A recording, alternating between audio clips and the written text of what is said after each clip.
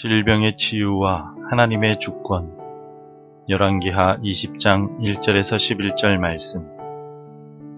그때 히스기야가 병들어 죽게 되매 아모스의 아들 선지자 이사야가 그에게 나와서 그에게 이르되 여호와의 말씀이 너는 집을 정리하라. 내가 죽고 살지 못하리라 하셨나이다. 히스기야가 낯을 벽으로 향하고 여호와께 기도하여 이르되 여호와여 구하오니 내가 진실과 전심으로 주 앞에 행하며 주께서 보시기에 선하게 행한 것을 기억하옵소서 하고 히스기야가 심히 통곡하더라.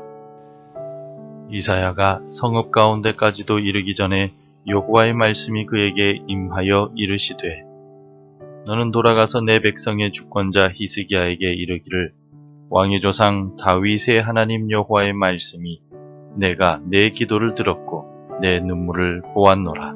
내가 너를 낫게 하리니 내가 3일 만에 여호와의 성전에 올라가겠고 내가 내 날에 15년을 더할 것이며 내가 너와 이 성을 아수르 왕의 손에서 구원하고 내가 나를 위하여 또 내 종 다윗을 위함으로 이 성을 보호하리라 하셨다 하라 하셨더라. 이사야가 이르되 무화과 반죽을 가져오라 하매 무리가 가져다가 그 상처에 놓으니 나으니라. 히스기야가 이사야에게 이르되 여호와께서 나를 낫게 하시고 3일 만에 여호와의 성전에 올라가게 하실 무슨 징표가 있나이까 하니 이사야가 이르되 여호와께서 하신 말씀을 응하게 하실 일에 대하여 여호와께로부터 왕에게 한 징표가 이 말이이다. 해 그림자가 10도를 나아갈 것이니까 혹 10도를 물러갈 것이니까 하니 히스기야가 대답하되 그림자가 10도를 나아가기는 쉬우니 그리할 것이 아니라 10도가 뒤로 물러갈 것이니이다 하니라.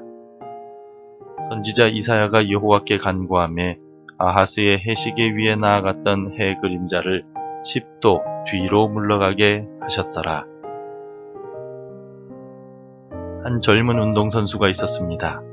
그는 올림픽을 꿈꾸며 매일 열심히 훈련했습니다. 그러던 어느 날 심각한 부상을 당해 선수 생활을 접어야 할 위기에 처했습니다. 절망 속에서 그는 기도했고 놀랍게도 회복되어 다시 훈련할 수 있게 되었습니다. 하지만 올림픽 예선에서 탈락했습니다. 그는 이 경험을 통해 하나님의 계획이 자신의 꿈과 다를 수 있음을 깨달았고 이후 젊은 선수들을 돕는 코치가 되어 더 큰 보람을 느끼게 되었다고 합니다. 우리는 흔히 인생을 생로병사라고 하는 네 글자로 표현합니다. 태어나서 늙고 병들고 죽는 것. 이 생로병사는 아담의 범죄 이후 하나님의 심판으로 인해 망가진 세상의 현실입니다. 그리스도인인 우리도 이러한 현실에서 결코 자유롭지 않습니다. 그렇다면 우리는 이런 상황에 어떻게 대응해야 할까요? 오늘 본문에 나오는 히스기야 왕의 사례를 통해 우리는 중요한 교훈을 얻을 수 있습니다. 본문은 히스기야 왕이 죽을 병에 걸렸다라고 전합니다. 1절을 보십시오. 그때 히스기야가 병들어 죽게 되매 아모스의 아들 선지자 이사야가 그에게 나와서 그에게 이르되 여호와의 말씀이 너는 집을 정리하라. 내가 죽고 살지 못하리라 하셨나이다. 히스기야가 죽을 병에 걸린 이 사건에서 주목할 점은 이 일이 아수르와의 전쟁 이전에 일어났으며 히스기야가 경건하게 살며 우상을 제거하는 개혁을 단행한 후에 발생했다는 것입니다. 심지어 열왕기하 18장에서는 히스기야가 하나님과 연합했다라고 기록하고 있습니다. 여기에서 우리는 중요한 진리를 발견할 수 있습니다. 경건한 삶이 반드시 평안한 삶을 보장하지는 않는다는 것입니다. 신앙과 만사 형통이 항상 함께 한다는 생각은 우리가 흔히 갖게 되는 착각일 수 있습니다. 주님의 재림 전까지 이 땅에서는 완전함을 경험할 수 없습니다. 항상 잘 되는 것이 아니라 무슨 일을 만나든지 만사 형통하게 되는 것이 신앙의 삶입니다. 잘 되는 상황이든 실패하는 상황이든 만사 형통하는 것이 신앙입니다. 그러므로 우리는 바른 지식을 가져야 합니다. 삶의 고난이 찾아올 때 우리가 덜 당황하고 흔들리지 않으려면 이러한 현실에 대한 올바른 이해가 필요합니다. 죽을 병에 걸린 히스기야는 자신의 의로움을 상기시키며 간절히 기도했고 주님은 그의 병을 고쳐주셨습니다. 5절을 함께 읽겠습니다. 너는 돌아가서 내 백성의 주관자 히스기야에게 이르기를 왕의 조상 다윗의 하나님 여호와의 말씀이 내가 내 기도를 들었고 내 눈물을 보았노라. 내가 너를 낫게 하리니 내가 3일 만에 여호와의 성전에 올라가겠고. 얼핏 보면 히스기야의 경건함이 하나님의 긍정적인 응답을 이끌어내고 그가 완전히 치유받게 된 것처럼 보일 수 있습니다. 그러나 우리는 이것이 전적으로 하나님의 은혜였음을 기억해야만 합니다. 물론 하나님은 성도들의 경건함을 인정해 주십니다. 하지만 모든 일의 근원은 하나님의 은혜라는 사실을 우리는 잊지 말아야 합니다. 그래서 기도에 응답해 주시는 것도 하나님의 은혜이며 응답하지 않고 하나님께서 거절하시는 것도 하나님의 은혜라는 사실을 우리는 기억해야만 합니다. 여기에서 우리는 자문해 볼 수 있습니다. 히스기야처럼 기도하면 우리도 반드시 치유받을 수 있을 것인가? 그러나 이러한 생각은 올바른 접근이 아닙니다. 우리는 주님의 일을 단순히 흑백 논리로만 생각해서는 안 됩니다.